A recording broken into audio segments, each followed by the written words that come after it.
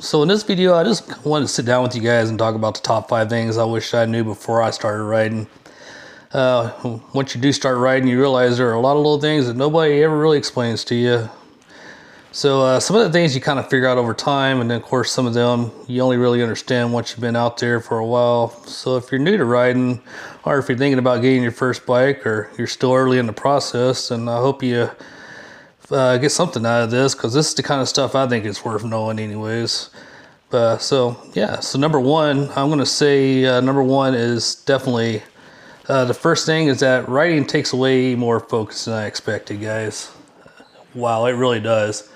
I think before I ever rode a bike, I pictured the fun part of it, the freedom, the sound of the bike, being on the road, all that fun stuff. And yeah, I mean, that's a huge part of why riding is so fun. But what I didn't really understand at first is how mentally locked in you must be the whole time you're on that bike. I mean, it sounds way worse than it is, but it's really not. Because as far as what I mean by being like mentally locked in, is you're watching for traffic, you're constantly checking your mirrors, you're always paying attention to the road, looking for potholes, gravel, wildlife. That's a huge one, especially if you're out in the country, not riding in the city, and you're riding those back roads. And of course, at the same time, you're trying to read what other drivers might do, which that's all in it. That's in itself is a whole nother animal. So you're basically always thinking ahead, which is good though. I mean, that's what you want to do. You want to think ahead. You always want to be one step ahead. It's kind of like playing chess, I guess. And I think that surprised me the most, because from outside, it just looks like you hop on the bike and go for a ride. But when you're doing it, you realize quickly that you just can't zone out like you can in a car. You got to stay aware, and honestly, that's part of what makes, for me anyways, that's part of what makes riding what it is. It forces me to be present. It forces me to be in the moment. And but that's something I wished I understood better before I started riding, guys. The second thing is that gear matters way more than I thought it would. I think a lot of people, especially in the beginning, focus mostly on the bike itself. And guys, I was one of them. Gear never crossed my mind. Having the right helmet never crossed my mind. Wearing the right clothes never crossed my mind. I just knew, okay, I'm not going to wear shorts because I don't want to burn myself on the pipes. And obviously I'm not going to wear flip-flops. I knew that much. But as far as that, I was way more focused on the kind of bike I wanted, how that bike was going to look, how it sounds, what kind of style I wanted to go for.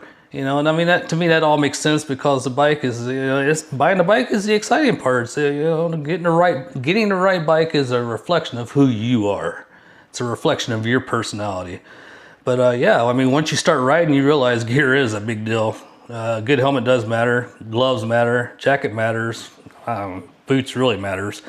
I'd say a good helmet matters, because before I was just wearing like a 3/4 helmet, or like a half helmet or something, and got smacked right in the face by a bee. And man, I tell you what, after that, I was like, never again. If I'm going out highway riding, I'm wearing a full face helmet, because that hurt. That hurt pretty bad. It watered my eyes. It hurt that bad. Gloves, honestly, I'll be the first one to admit I never really paid much attention or cared much for gloves until I saw what the road can do. And so it kind of changed my mind about gloves, and of course, jacket too. But the more you ride, the more you realize just how exposed you really are out there. I thought before I started riding I understood all of that, but again, like I say, guys, it hits difference once you're on that bike. Once you feel the wind, the weather, the road, and just how vulnerable you really are compared to being in a car, you start looking at gear a little differently, because you definitely are a lot more vulnerable out there, because you're not surrounded by a bunch of fiberglass or metal like you are in a car. That gear isn't just some extra thing. It's actually, it really is a part of riding. It's part of being smart. And honestly, being protected matters a whole lot more than trying to look cool. Now that I'm older, I'm not trying to look cool, guys. I'm just trying to get by the next day. The third thing I wished I knew is that slow riding is harder than it looks. I know that probably makes no sense to most people. But guys, I'm telling you, a lot of the real challenges in the beginning are going to be the slower stuff on the bike. That to me is a pain in the ass, man. And I still have a hard time with that. It's hard, I'm telling you. Dealing with parking lots, riding through parking lots, tight turns, U-turns, kick my ass, man. U-turns literally kick my ass every time.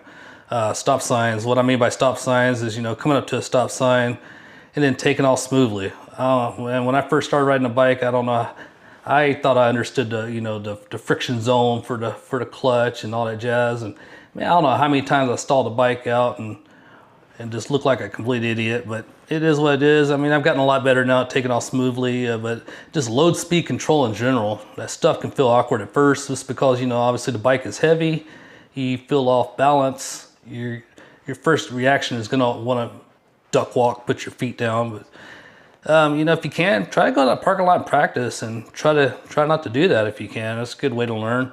Because you know, when you are going slow, that bike can feel a little less forgiving, and that's where the clutch control, again, I just talked about that, your balance, your throttle control, and overall smoothness really starts to matter. And I think this is one of those things that can mess with newer riders a little bit, because if you're struggling at low speeds, it can make you feel like you're not doing well, but honestly, that's normal, guys. That's where a lot of people struggle in the beginning, but hey, that's also where you get a lot of your confidence building too. The fourth thing is probably one of the biggest ones, and that's ride like people don't see you. For me, this is definitely the biggest one. It's not one of the biggest ones. This is the biggest one for me. And guys, you will hear this all the time, and I'm sure I'm just beating a dead horse in the mouth. But once you start riding, you will understand why people keep saying it. I'm telling you guys, drivers miss motorcycles all the time. They don't see us. Drivers are already distracted by their phones. You know this. People in this day and age of technology, people are constantly on their phones. Other times they just misjudge where you are or how fast you're moving, and it feels like they looked right at you and still didn't see you. So I think one of the biggest mind shifts with riding is realizing that you can't just assume other people are paying attention. You've got to give yourself space. You've got to watch intersections. You've got to be careful around cars that look like they might pull out, merge over, or do something at random. That doesn't mean that you need to be riding scared. It just means you need to be riding smart. One of the biggest things I see a lot of people doing on motorcycles, and it drives me bananas, is riding in blind spots.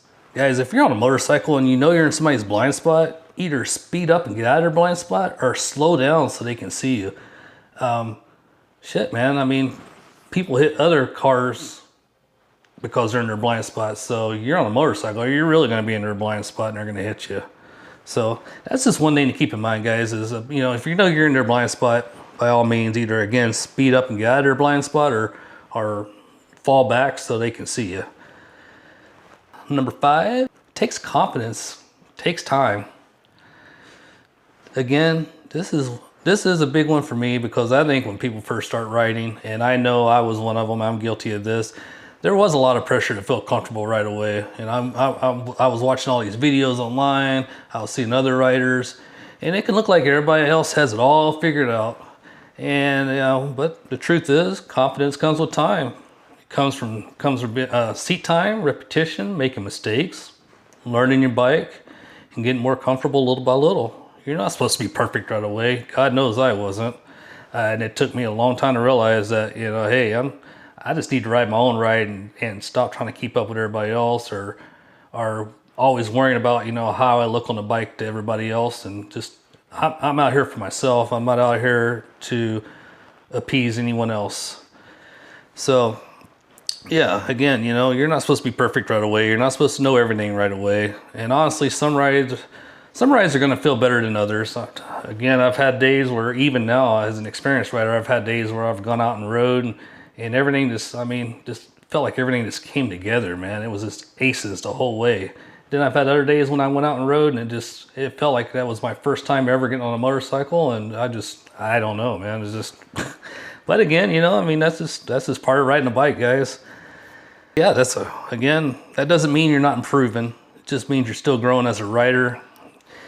And I think if I understood that earlier, I probably would have put a lot less pressure on myself in the beginning. So yeah, confidence is something you build. It's not something that just shows up overnight. Those are the top 5 things I wish I knew before I started riding. And honestly, I could probably keep going, because riding teaches you a lot once you get out there and start doing it. But these are some of the biggest ones for me anyways. I just thought I'd share them with you guys. So again, if you're new to riding, hopefully this helps you out a little bit. If you've been riding for a while, do me a favor, man. Drop a comment. Let me know something you wish you knew when you first started riding. Oh, I love hearing stuff like that because everyone learns something a little different. And sometimes I learn stuff that I never knew before from you guys when you're dropping stuff in these comments for me. So again, if you enjoyed the video, make sure you like, subscribe, and stick around for more motorcycle content, guys. And again, I appreciate you for watching, and I'll catch you in the next one.